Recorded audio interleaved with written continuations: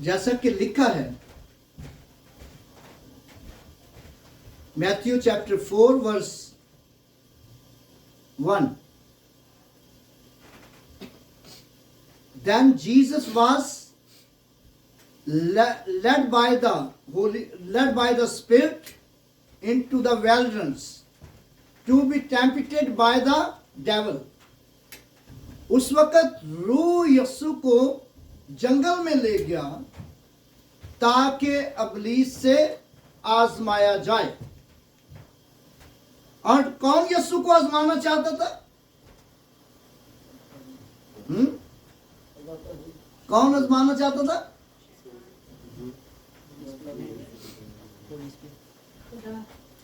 खुदा. कौन आजमाना चाहता था? खुदा. और रूह यीशु को आजमाना चाहता था. यहां पर लिखा है उस वक्त रूह यीशु को जंगल में ले गया ताकि इब्लीस से आजमाया जाए. और 40 दिन और 40 रात फाका करके आखिर को उसे भूख लगी. 40 days and 40 nights. When he was fasted 40 days and 40 nights. Afterward he was hungry. और जब यीशु मसीह को भूख लगी है तो तब इब्लीस जो है वो यीशु के पास आया. आजमाने वाला यीशु के पास आया. क्यों? शुरू में क्यों नहीं आया? 40 दिन के बाद आया है. क्यों शुरू में नहीं आया? क्या 40 दिन मुकर्रर थे? नहीं. याद रखिए कि इब्लीस जो है वो मौके की तलाश करता है. किसकी तलाश करता है? मौके की तलाश करता है. वो खुदा के लोगों में कमजोरियां तलाश करता है. जैसे ही उसे कोई कमजोरी नजर आती है तब ही वो हमलावर होता है. नहीं तो वो खुदा के लोगों से डरता है. इब्लीस खुदा के लोगों से, इस बात को याद रखें, इब्लीस जो है वो खुदा के लोगों से डरता है और वो खुदा के लोगों में कमजोरियां तलाश करता है. और इब्लीस को कमजोरी क्या नजर आई है? भूख लगी है.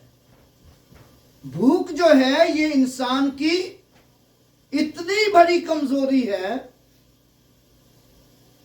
कि भूख की खातिर, पेट की हवस की खातिर हर गलत काम करने के लिए इंसान तैयार हो जाता है. और जैसे ही यीशु मसीह को भूख लगी है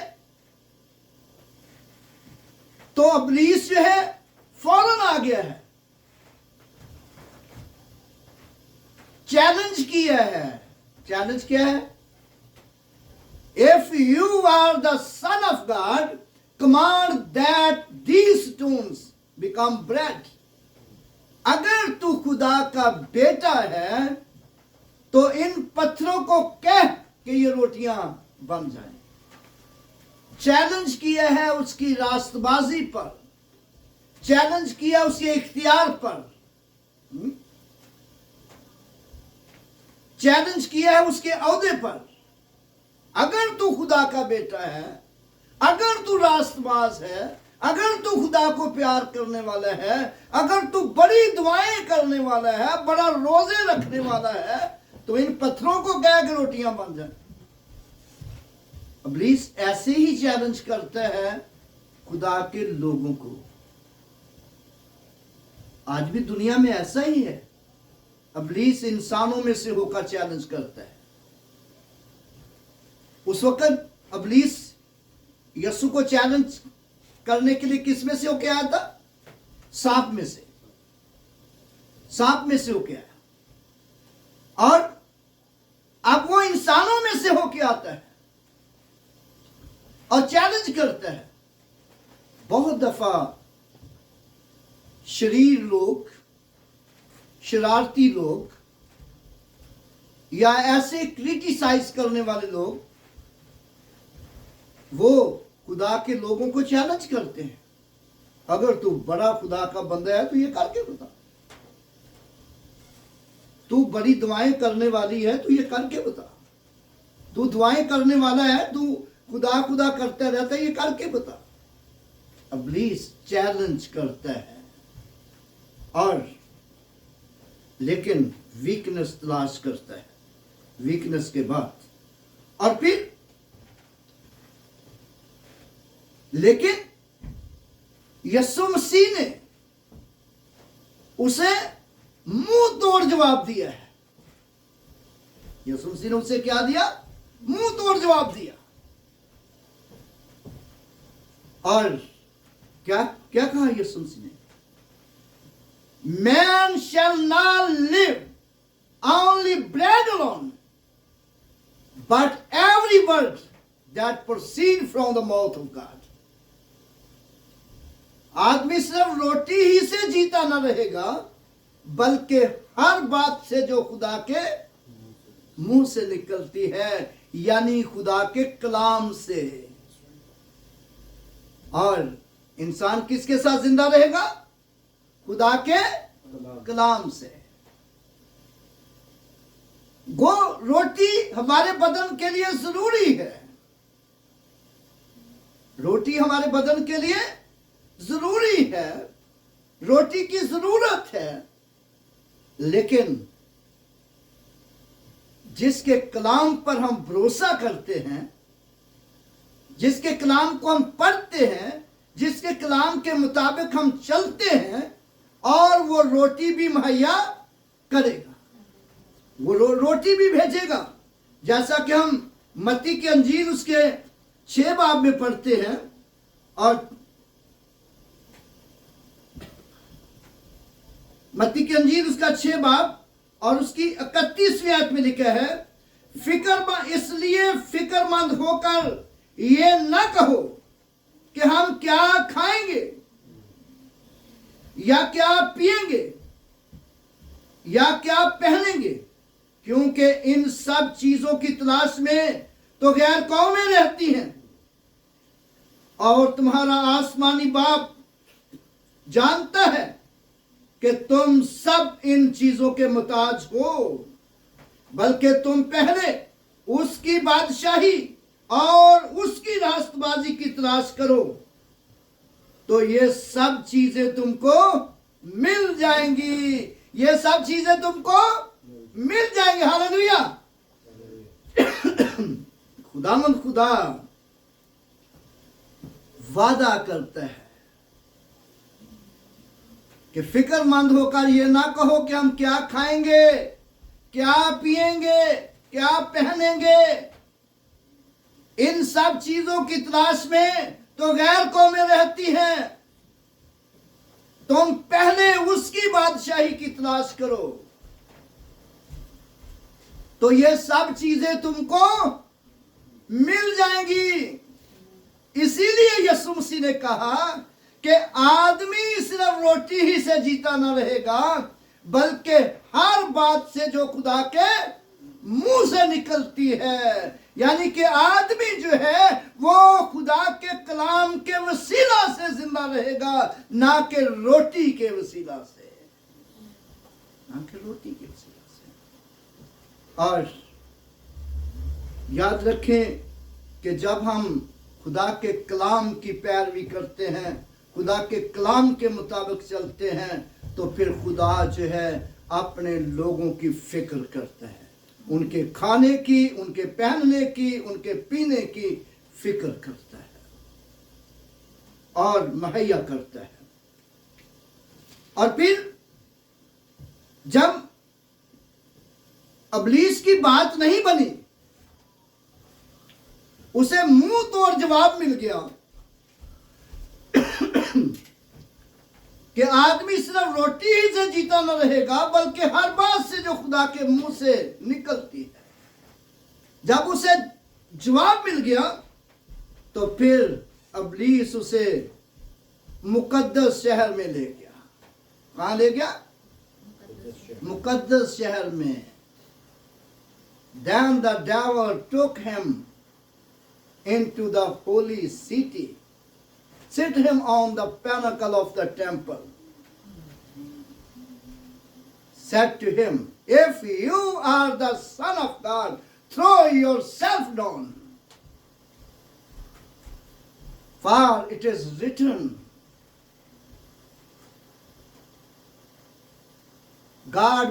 He will give His angel charge over you. In their hands they shall bear you up, lest dust your feet against a stone." Then Jesus said,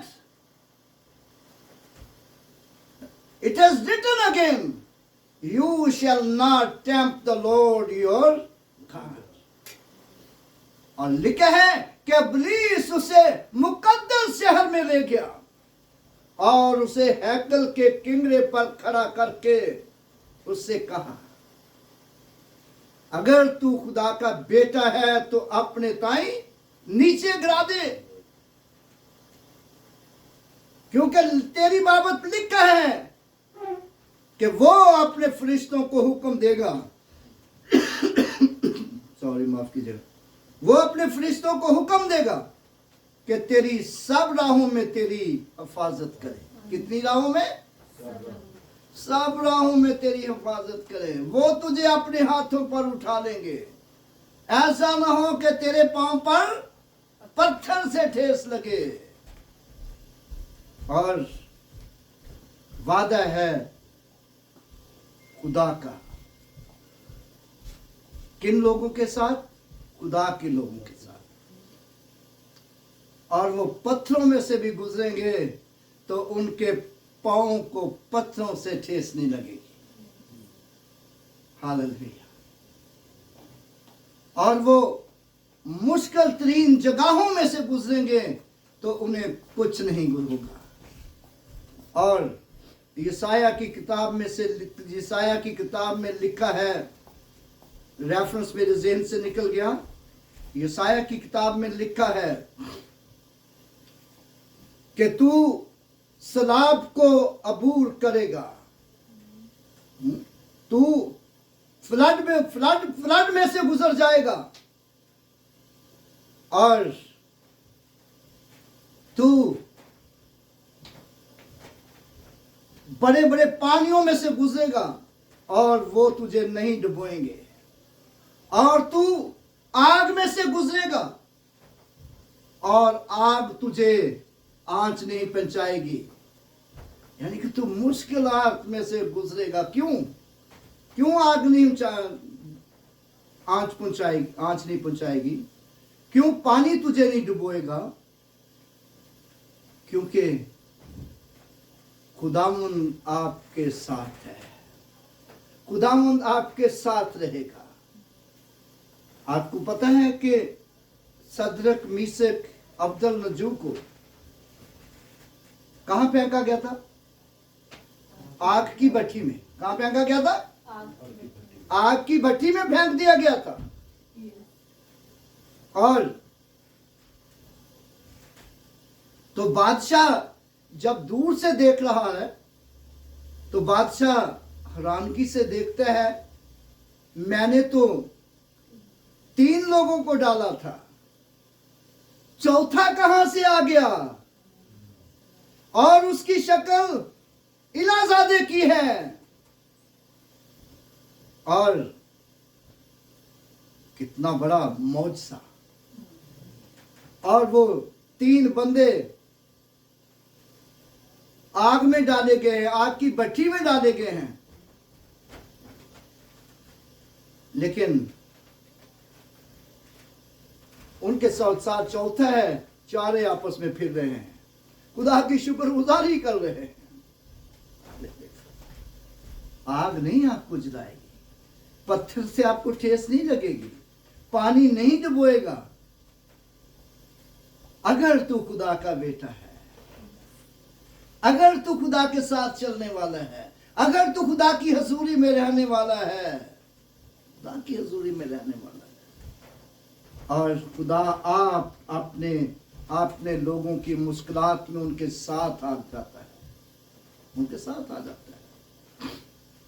और यीशु मसीह ने इसीलिए तो उसे कहा कि लिखा है, You shall not tempt the Lord your God. तू खुदावंद अपने खुदा की आजमाइश ना कर।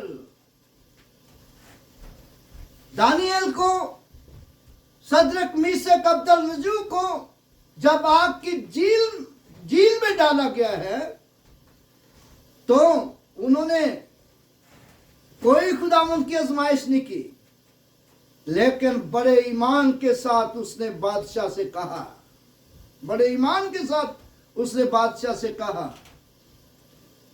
कि हमारा खुदा जो है बचाने की कुदरत रखता है, हमारा खुदा बचाने की कुदरत रखता है।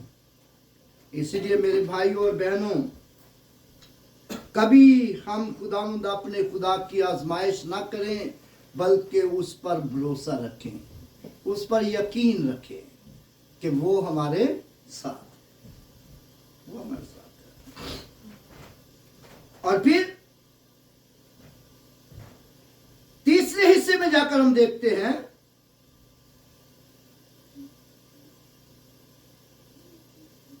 Matthew chapter 4 verse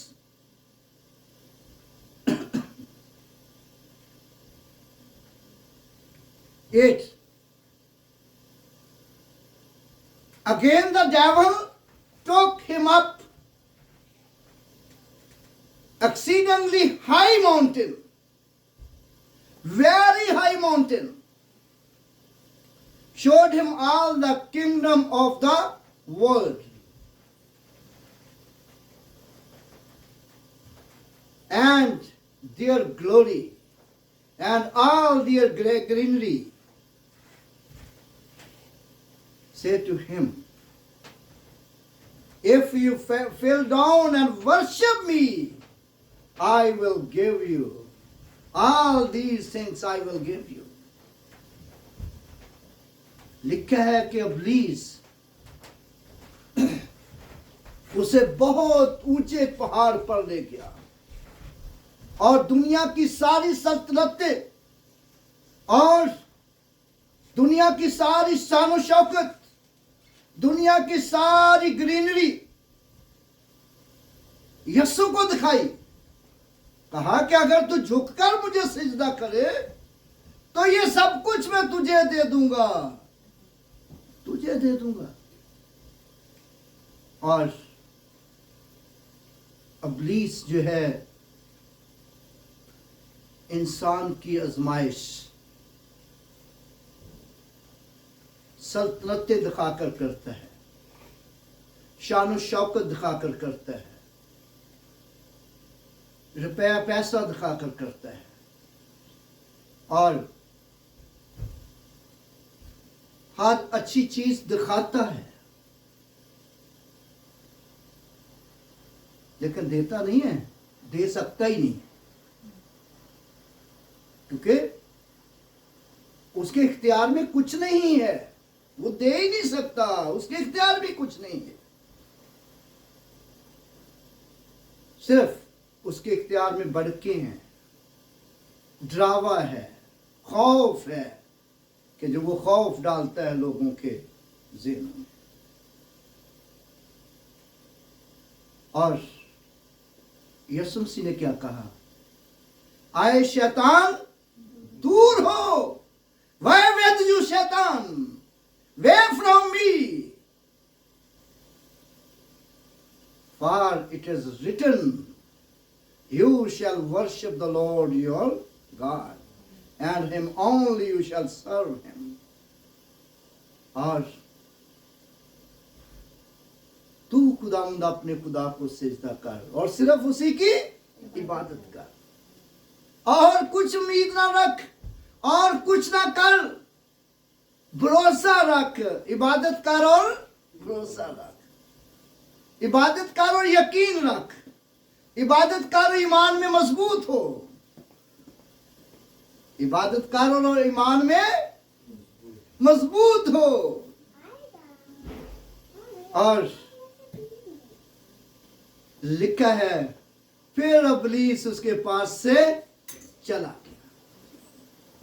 Then devil left him.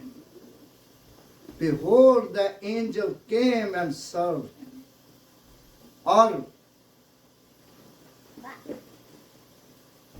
शैतान यीशु के पास से चला गया, शर्मिंदा होकर चला गया। क्या हो गया? शर्मिंदा होकर चला गया। और बाइबल मुकद्दस में लिखा है, इब्लीस का मुकाबला करो तो वो तुमको भाग जाएगा। इब्लीस का मुकाबला करो तो वो तुमसे मुकाबला कैसे करना है? खुदा के कलाम से, अपनी रूहानी जिंदगी से, अपनी दुआया जिंदगी से। कैसे मुकाबला करना है? अपनी रूहानी जिंदगी से, स्पिरिचुअल लाइफ से,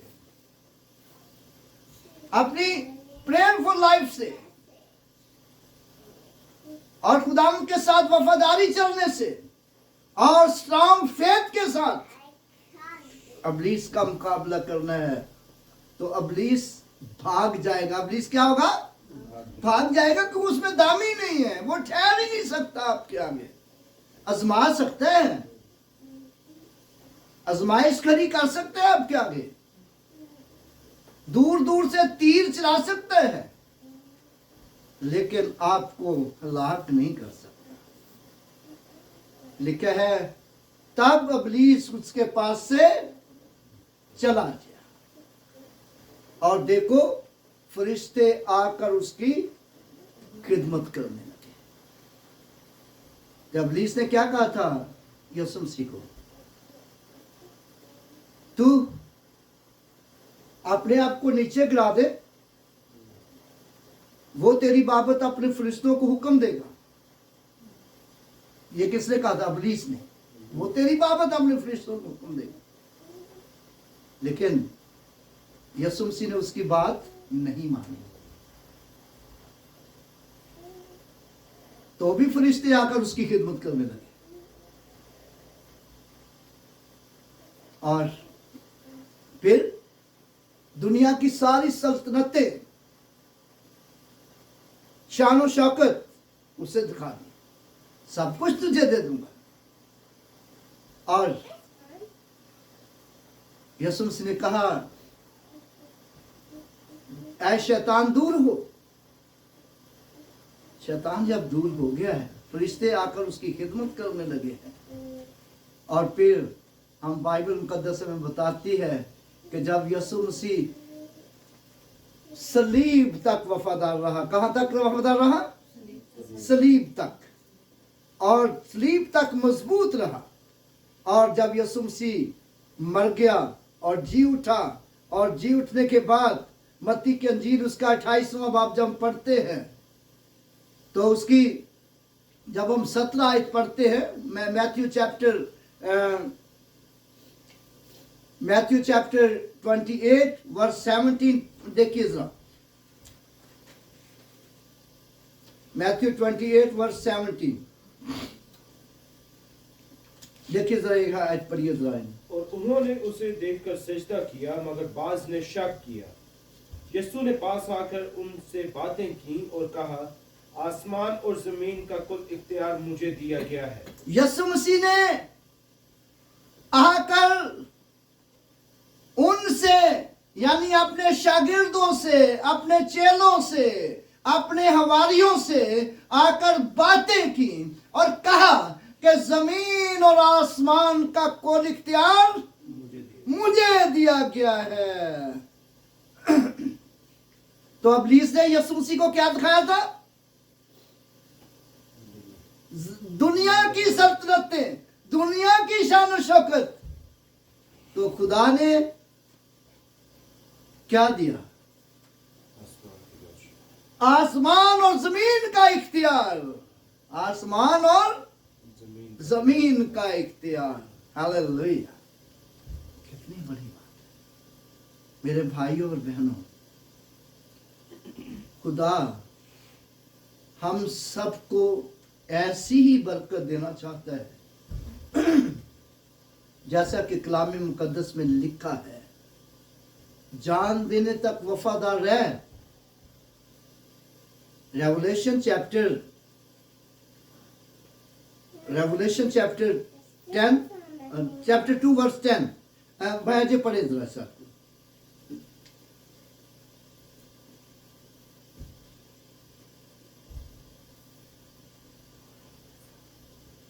Do not be afraid of what you are about to suffer. I tell you, the devil will put some of you in prison to test you, and you will suffer persecution for 10 days. Be faithful even to the point of death, and I will give you life as your victor's crown. Wow! I will give you victory's crown. Hallelujah! I will give you crown of life. Hallelujah! ये किसके साथ वादा है? किसके साथ वादा है? मेरे साथ, आपके साथ और तमाम खुदा के लोगों के साथ जो उसके साथ वफादारी से चलेंगे। और उनके साथ ये वादा है, जान देने तक वफादार रह तो मैं तुझे जिंदगी का ताज दूंगा। मेरे भाइयों और बहनों, जिंदगी का ताज ये नहीं कि मरने के बाद ही मिलेगा। इसी जिंदगी में हमें जिंदगी का ताज मिलेगा, खुशियों का ताज, शादमानी का ताज, बरकतों का ताज। जैसा हम ज़बूर नंबर 103 में पढ़ते हैं। ज़बूर नंबर 103 में लिखा है, ऐ मेरी जान खुदावंद को मुबारक है और उसकी किसी नेमत को फरामोश न कर, और जो कुछ मुझ में है उसके कदूस नाम को मुबारक कहे, क्योंकि वो तेरी सारी बदकारी बख्शता है। क्योंकि वो तेरी सारी बदकारी बख्शता है, वो तुझे तमाम बीमारियों से शिफा देता है, वो तेरे सर पर रहमत और शफकत का ताज रखता है। किसका ताज रखता है? वो तुझे उम्र भर अच्छी अच्छी चीजों से आसूदा करता